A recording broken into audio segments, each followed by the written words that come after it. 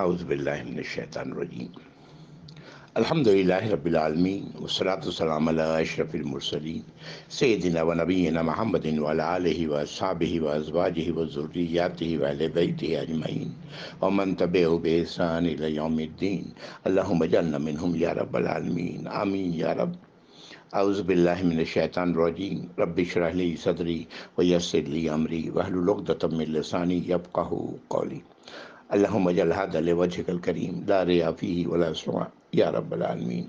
ربنا تقبل منا انک انت السمیع العلیم وتب علینا انک انت التواب الرحیم یا ارحم الراحمین آمین یا رب۔ والسلام علیکم ورحمۃ اللہ وبرکاتہ۔ الحمدللہ سورۃ الزمر، پچھلی نشست میں ہم لوگ آیت نمبر 23 تک آئے تھے۔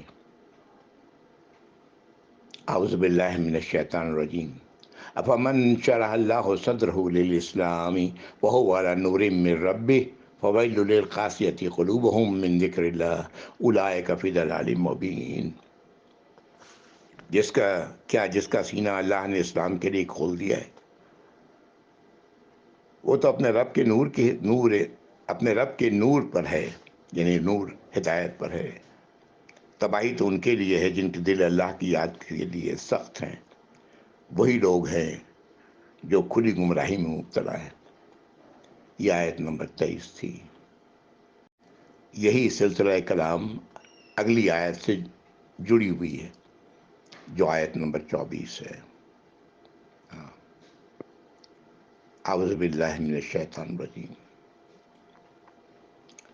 اللہ نزل احسن الحدیث کتابا متشابہا مثانیہ تقشعر منہ جلود الذین یخشون ربہم۔ اللہ نے ایک کتاب اتاری جس کی باتیں سب سے اچھی، ہم آہنگ اور بار بار دہرائی جانے والی ہیں، اور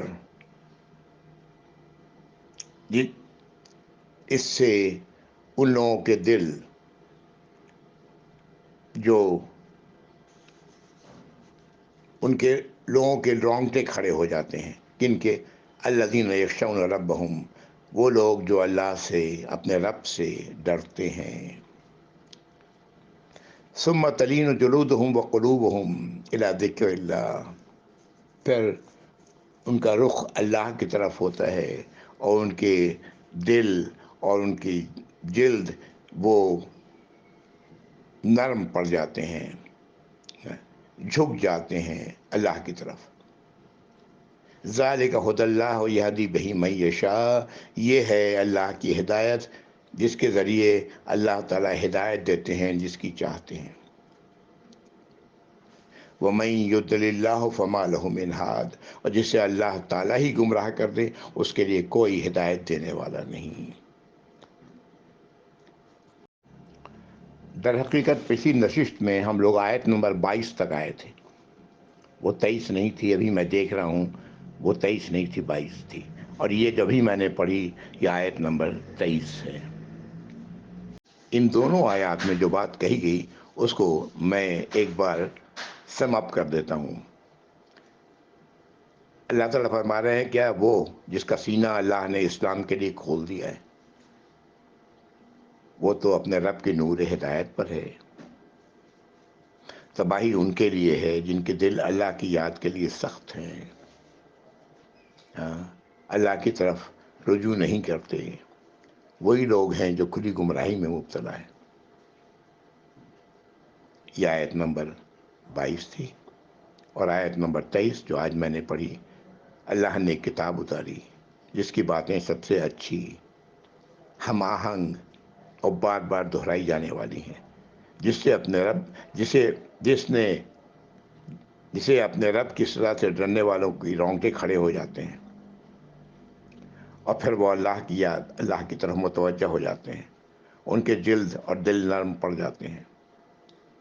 یہ کتاب اللہ کی ہدایت ہے، اس کتاب سے جسے چاہتے ہیں اللہ رب العزت ہدایت سے نوازتے ہیں، اور جسے اللہ گمراہ کر دیں اس کے لیے کوئی ہدایت دینے والا نہیں ہوتا۔ قرآن میں ایسے الفاظ پڑھنے کے بعد انسان کہتا ہے جی کہ جی اللہ ہی تعالیٰ گمراہ کر دیا تو ہم کہاں سے ہدایت مجھے کہاں سے ملے گی؟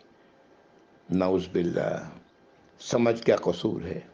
اللہ تعالیٰ گمراہ نہیں کرتے، اللہ تعالیٰ تمہارے دل کا حال جانتے ہیں، تمہیں گمراہی پسند ہے، تم گمراہیوں کی طرف بھاگتے ہو تو تمہیں کیا ملے گا؟ گمراہی ملے گی۔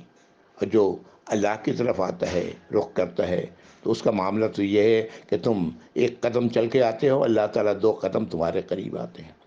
اگر تم چلتے ہوئے آتے ہو تو اللہ تعالیٰ دوڑتے ہوئے تمہاری طرف آتے ہیں۔ ہاں، یہ حدیث کے الفاظ ہیں۔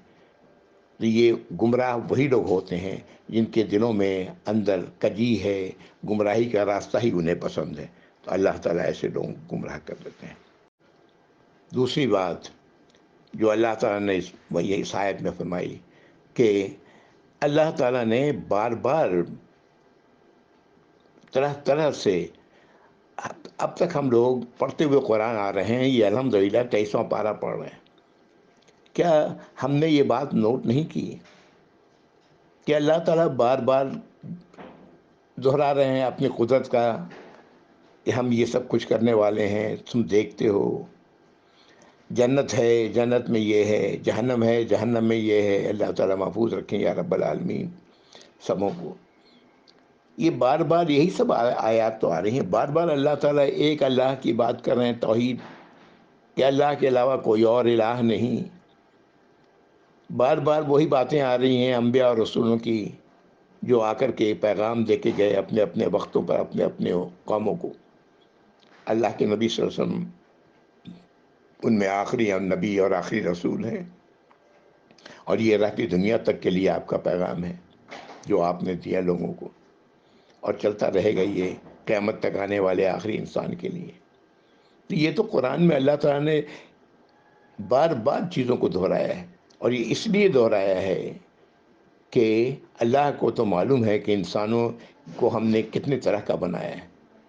ایک جگہ اگر اسٹرائک نہیں کرتا، اس کو دماغ میں نہیں بات آتی، تو عین ممکن ہے کہ دوسرے مقام پر اس کے بعد سمجھ میں آ جائے۔ اس لیے اللہ نے اسے بار بار دہرایا ہے۔ کسی کا یہ قول ہے کہ ایک پھول کا مضمون ہو تو 100 رنگ میں باندھوں، یہ ایسے ہی ہے۔ قرآن میں بار بار اللہ تعالیٰ نے، اور یہی بات یہاں اس آیت میں اللہ تعالیٰ نے فرمائی۔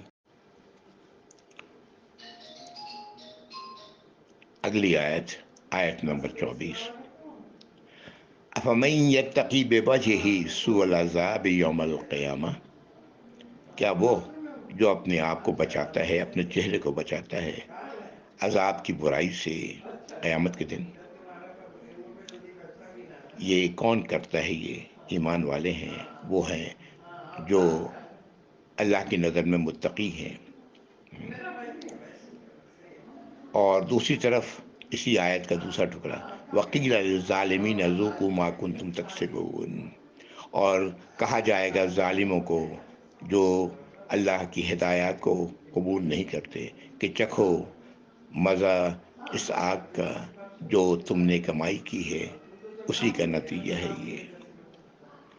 اللہ تعالیٰ ہمیں سمجھ عطا فرمائے یا رب العالمین۔ آج یہ سمجھ میں نہیں آئے گی بات تو پھر کب آئے گی؟ اگلی آیت، آیت نمبر 25، کذب الذین من قبلہم فأتاہم العذاب من حیث لا یشعرون، کیا ہوا ان لوگوں کا حال جو نے پہلے ان لوگوں سے، تم لوگوں سے پہلے اللہ کی آیات کو جھٹلایا؟ کیا ہوا؟ اللہ کی ہدایات کو جھٹلایا، کیا ہوا ان کے ساتھ؟ اللہ تعالیٰ فرما رہے ہیں کہ ان پر عذاب آیا وہاں سے جہاں سے ان کو گمان بھی نہیں تھا۔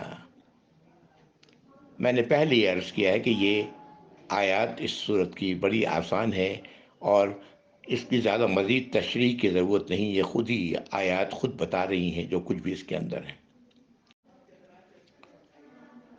وہ عذاب کیا تھا اللہ تعالیٰ اگلی آیت میں بتا رہے ہیں، فَأَذَاقَهُمُ اللَّهُ الْخِزْيَ فِي الْحَيَاةِ الدُّنْيَا، تو اللہ تعالیٰ نے انہیں دنیا کی زندگی میں رسوائی کا مزہ چکھایا، وَالْعَذَابُ الْآخِرَةِ أَكْبَرُ، اور آخرت کا عذاب تو بہت بڑا ہے، لَوْ كَانُوا يَعْلَمُونَ، کاش کے لوگ جان لیں اس بات کو، اور کب جانیں گے؟ بار بار اللہ تعالیٰ یہ باتیں بیان کر رہے ہیں، اپنی آیات میں بار بار یہ چیزیں آ رہی ہیں، کاش کے لوگ جان لیں۔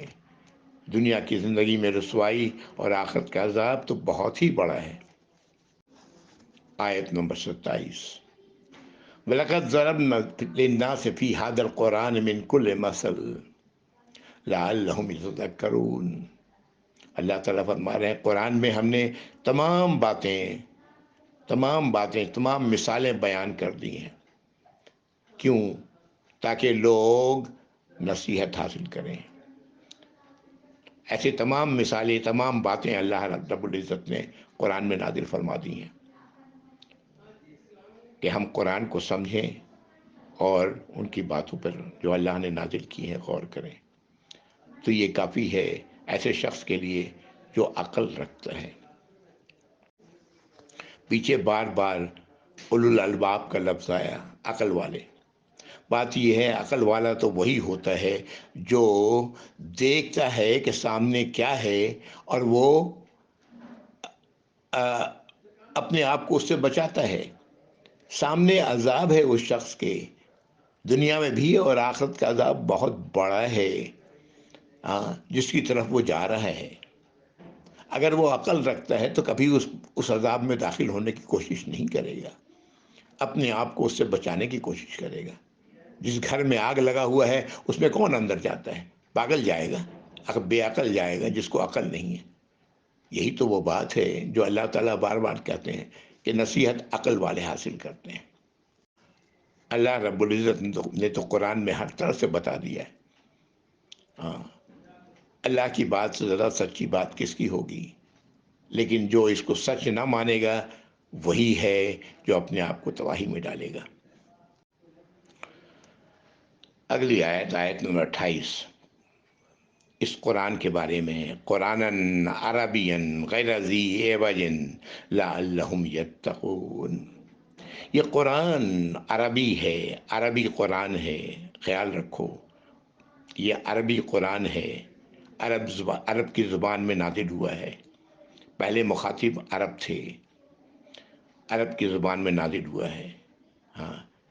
اس کے اندر کوئی کجی نہیں، کوئی ٹیڑھ نہیں، یعنی کوئی فلسفیانہ بات نہیں، کوئی ایسی بات نہیں کہ تم اس کے معنی کچھ کا کچھ نکالو۔ سیدھے سادے الفاظ میں عربی زبان میں اللہ تعالیٰ نے باتوں کو بیان کر دیا ہے۔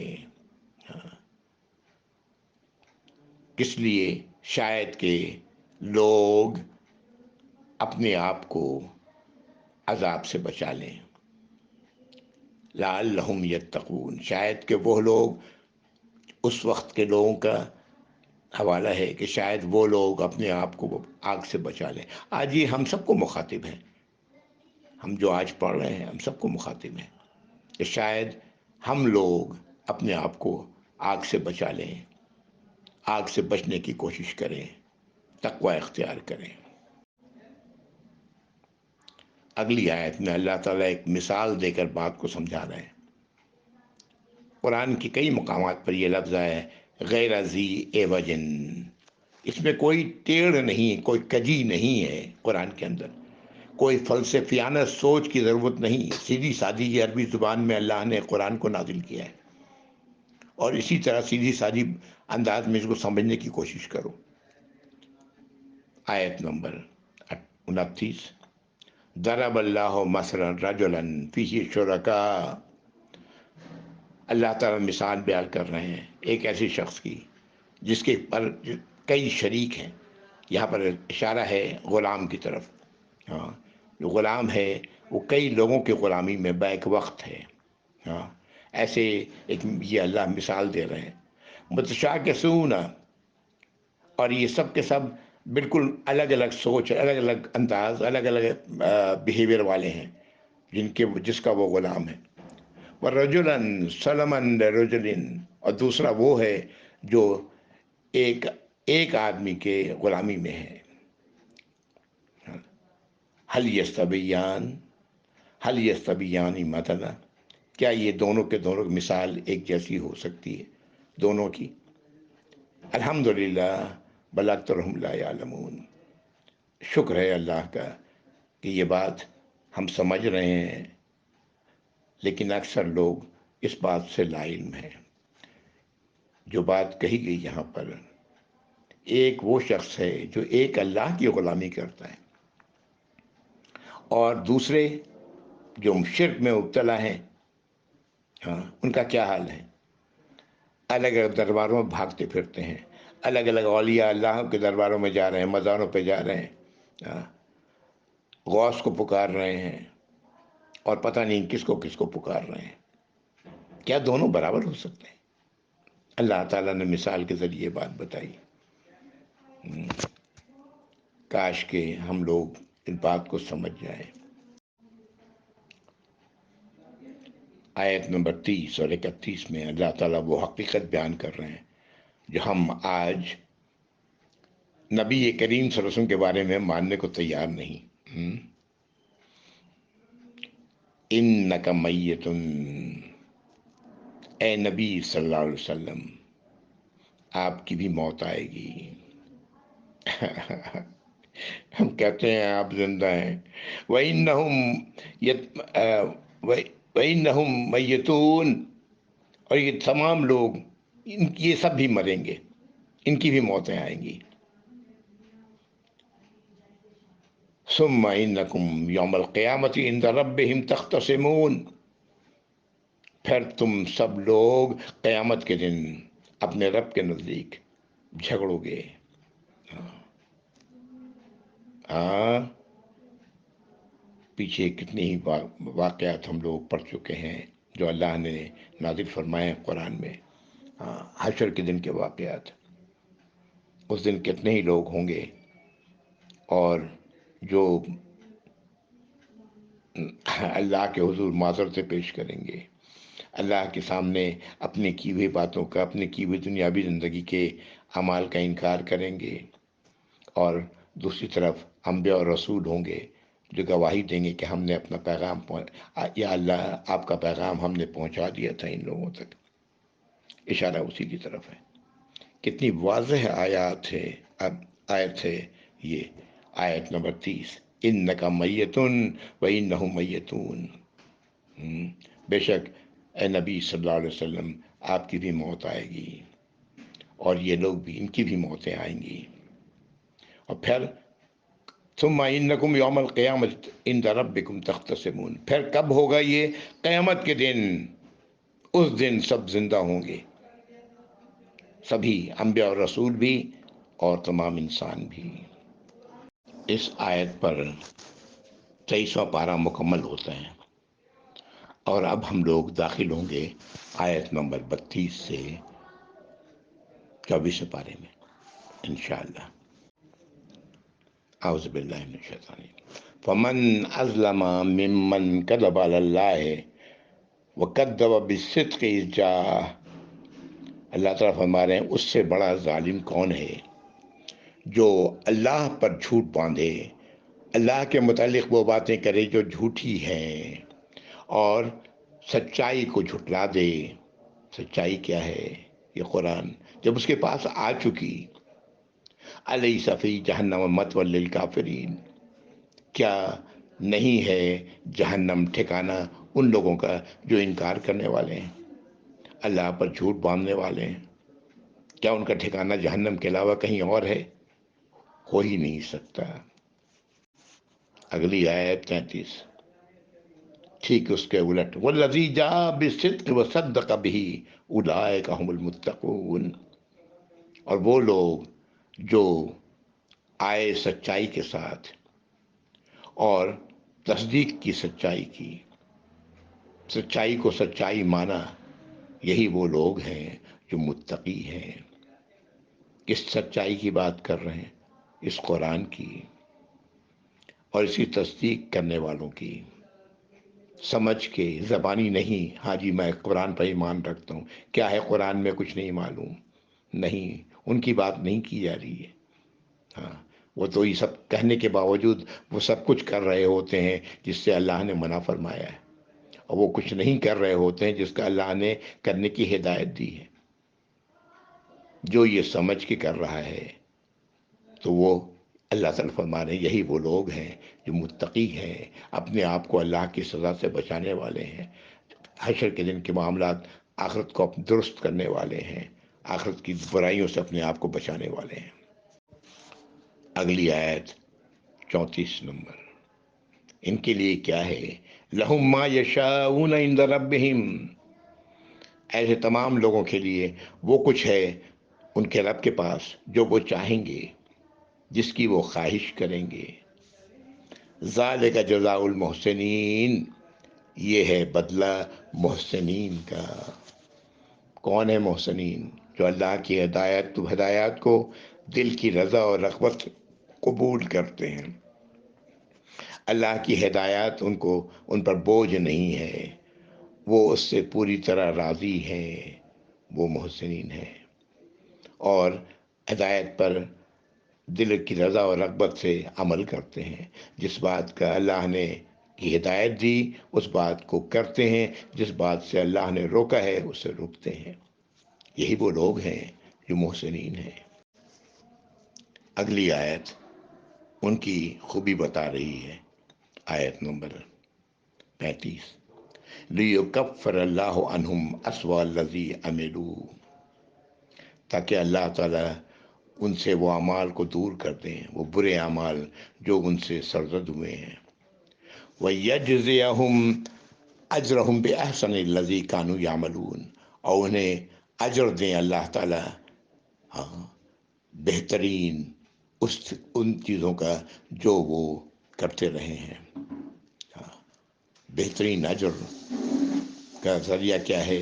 اللہ کی اطاعت و فرما برداری، اللہ کے نبی کے اطاعت و فرما برداری صلی اللہ علیہ وسلم۔ یہ ہے وجہ جس کی وجہ سے وہ اپنے آپ کو اللہ کی ناراضگی سے بچاتے ہیں، اللہ کے عذاب سے اپنے آپ کو بچاتے ہیں، اللہ کے اس انعام کو حاصل کرنا چاہتے ہیں۔ یہ آیت نمبر 35۔ آیت نمبر 36 میں یہ اوپر کی آیات کو اللہ نے میری نظر میں سم اپ کر دیا ہے، اکٹھا کر دیا ہے ایک چھوٹی سی آیت میں۔ الیس اللہ بکافی عبدہ، سوال رکھا ہمارے سامنے، کیا اللہ کافی نہیں ہے اپنے غلاموں کے لیے؟ ان کی حاجات کو پوری کرنے کے لیے، ان کی ضروریات کو پوری کرنے کے لیے، ان کی دعاؤں کو قبول کرنے کے لیے، ان پر اپنی رحمت نازل کرنے کے لیے، کیا اللہ کافی نہیں؟ وَيُخَوِّفُونَكَ بِالَّذِينَ مِن دُونِهِ، اور کہا جا رہا ہے یہ مخاطب پھر اللہ کے نبی ہیں کہ آپ کو یہ لوگ ڈراتے ہیں اس کے علاوہ دوسرے الہوں سے۔ آج بھی یہ باتیں ہم سے اور آپ سے کہی جاتی ہیں کہ فلاں بزرگ، فلاں ولیہ، فلاں اس کی، وہ ان کی، وہ وہاں نہیں جاؤ گے تو وہ تمہیں سزا دلوائیں گے یا پتہ نہیں کیا کچھ ہے نا۔ یہ ہندوؤں کے یہاں تو خیر بہت زیادہ ہے یہ کہ وہ جس دیوی دیوتا کی پوجا کرتے ہیں وہی اسی کی کریں گے، دوسرے کے دوسری دیوی دیوتاؤں کی پوجا نہیں کریں۔ ان کے یہاں تو بے شمار ہیں دیوی دیوتا ہیں، ان کا شراپ لگ جائے گا، ان کا بد دعا لگ جائے گا، اس کی وجہ سے تم نقصان میں پڑو گے، دنیاوی نقصان میں پڑو گے۔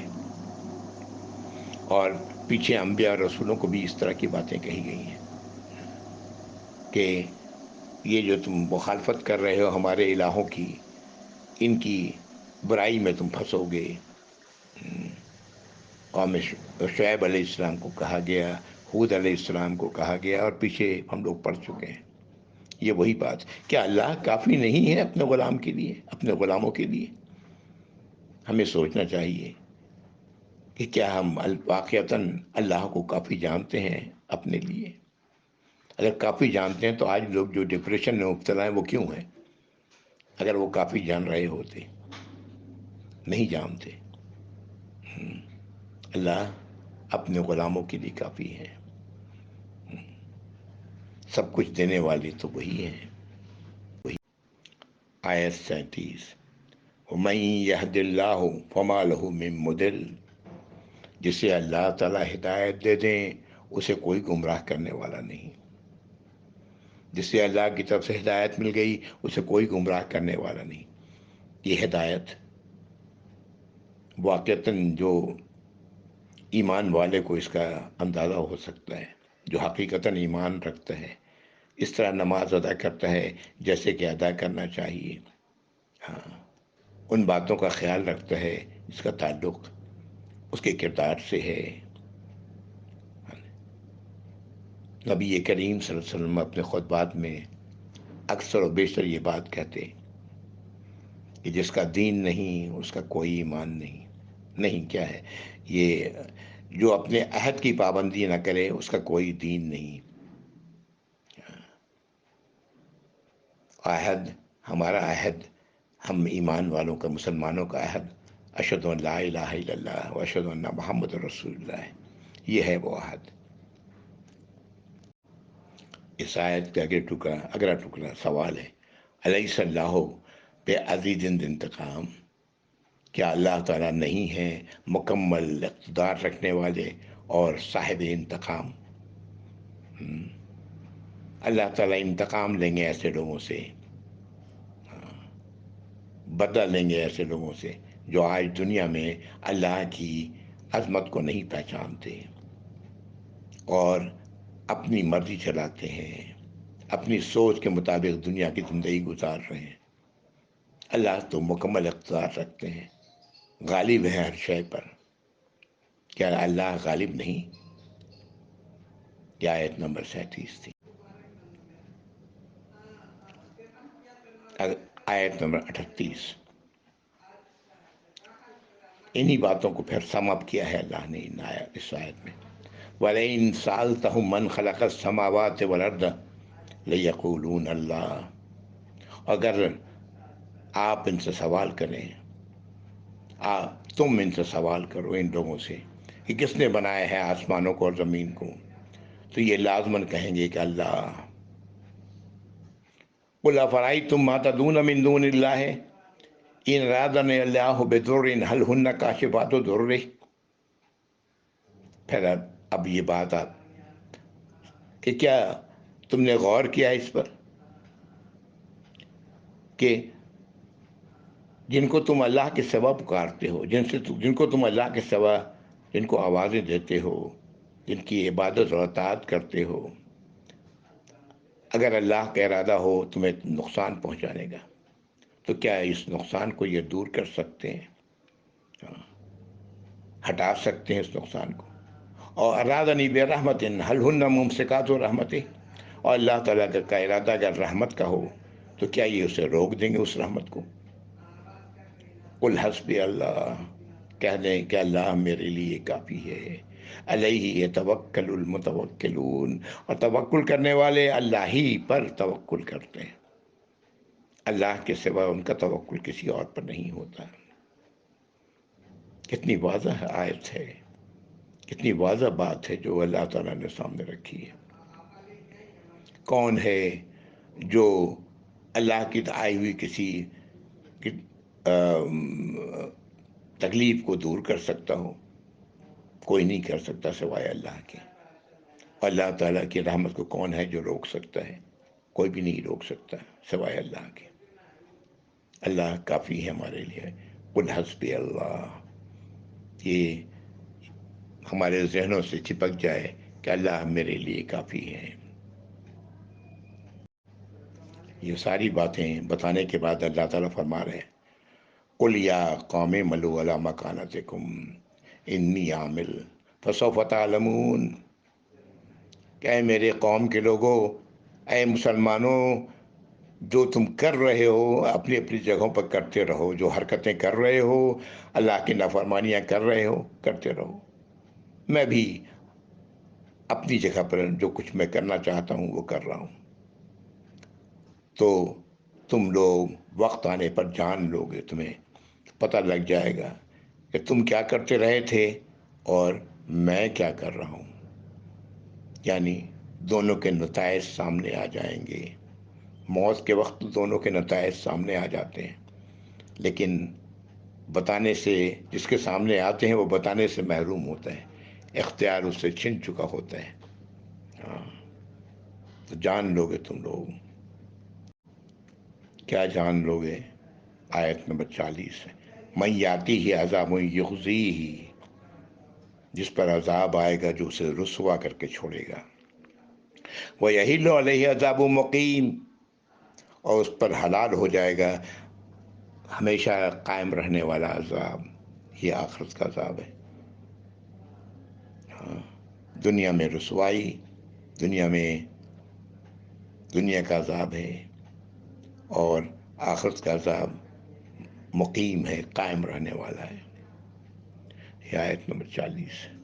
اللہ تعالی ہم سب کو سمجھ عطا فرمائے یا ارحم الراحمین۔ ایک موقع پر آپ نے فرمایا صلی اللہ علیہ وسلم، اس نے نجات پا لیا جسے اسلام کی ہدایت ملی اور بقدر ضرورت روزی دیا گیا اور قناعت بھی نصیب ہوئی۔ جو اس کو روزی مل رہی ہے، بقدر ضرورت مل رہی ہے، اور وہ قانع ہے اپنے نصیب پر، اور وہ زندگی کی راہ اس نے اسلام کی اختیار کی ہے، تو ایسا شخص نجات پا گیا۔ اللہ تعالی ہم سب کو ایسا بنائے یا رب العالمین۔ ایک موقع پر آپ نے فرمایا کہ اللہ کو یاد رکھو، یعنی اپنا رخ اللہ کی طرف رکھو، وہ اللہ تمہاری حفاظت فرمائیں گے۔ اللہ کو یاد رکھو، اسے ہر وقت اپنے پاس پاؤ گے۔ آسانی کے وقت رب کی نعمتوں کا شکر گزار رہو، سختی کے وقت وہ تجھے کام آئیں گے۔ کون؟ اللہ۔ جب کچھ مانگو تو اللہ ہی سے مانگو، جب مدد طلب کرو تو اسی سے مدد طلب کرو۔ یقین رکھو، اگر تمام دنیا میں مل کر تمہیں کوئی نقصان پہنچانا چاہیں اور اللہ کا ارادہ نہ ہو تو تمہیں کوئی نقصان نہیں پہنچا سکتے، اور سب جمع ہو کر تمہیں کوئی نفع پہنچانا چاہیں تو یقین رکھو کہ کوئی نفع نہیں پہنچا سکتے، تمہیں وہی ملے گا جو اللہ نے مقدر کر دیا ہے۔ اور صحیفے خشک ہو چکے ہیں، قلمیں اٹھا لی گئی ہیں، اشارہ ہے تقدیر میں جو اللہ نے لکھا ہے دنیا میں وہی ملے گا۔ ہمارا حال تو یہ ہے ایسے لوگوں کا جو جنہیں اللہ متقی نہیں مانتے، کہ جب دنیا میں کچھ ملتا ہے تو آپے سے باہر ہو جاتے ہیں، جب کچھ جاتا ہے تو شور شرابہ شروع کر دیتے ہیں۔ ہمارا حال تو یہ ہے۔ حالانکہ جب ملتا ہے تو شکر کرنا چاہیے، جب کوئی مصیبت آتی ہے تو صبر سے کام لینا چاہیے۔ کیا ہم واقعتاً ایسا کرتے ہیں؟ ایمان والے ایسا ہی کرتے ہیں۔ ملتی تو روزی، رزق وہی ہے جو اللہ نے مقدر کی ہے، لیکن کتنے ہی لوگ ہیں کہ جو اسے حرام ذرائع سے حاصل کرتے ہیں، حالانکہ یہ حلال ذرائع اختیار کیا ہوتا ہے تو وہی رزق انہیں ملا ہوتا ہے، لیکن وہ یہ سمجھتے ہیں کہ یہ ہمیں نہیں ملتا جب تک کہ ہم نے یہ غلط کام نہ کیا ہوتا۔ کتنے ہی لوگ ہیں ایسے، اپنے معاشرے میں چاہو طرف نظریں اٹھا کے دیکھیں، رشوت، حرام خوری، کیا کہا جائے، اس کی کتنی مثالیں دی جائیں، ضرورت نہیں ہے، ہم سب سمجھ سکتے ہیں۔ یہاں میں رک رہا ہوں۔ وآخر دعوانا الحمدللہ رب العالمین، وصلی اللہ علی محمد وعلی آلہ وصحبہ وازواجہ وذریاتہ واہل بیتہ اجمعین ومن تبعہم بإحسان الی یوم الدین۔ اللہم اجعلنا منہم یا رب العالمین، آمین یا رب العالمین، آمین یا رب العالمین۔ والسلام علیکم ورحمۃ اللہ وبرکاتہ۔ جزاکم اللہ خیر۔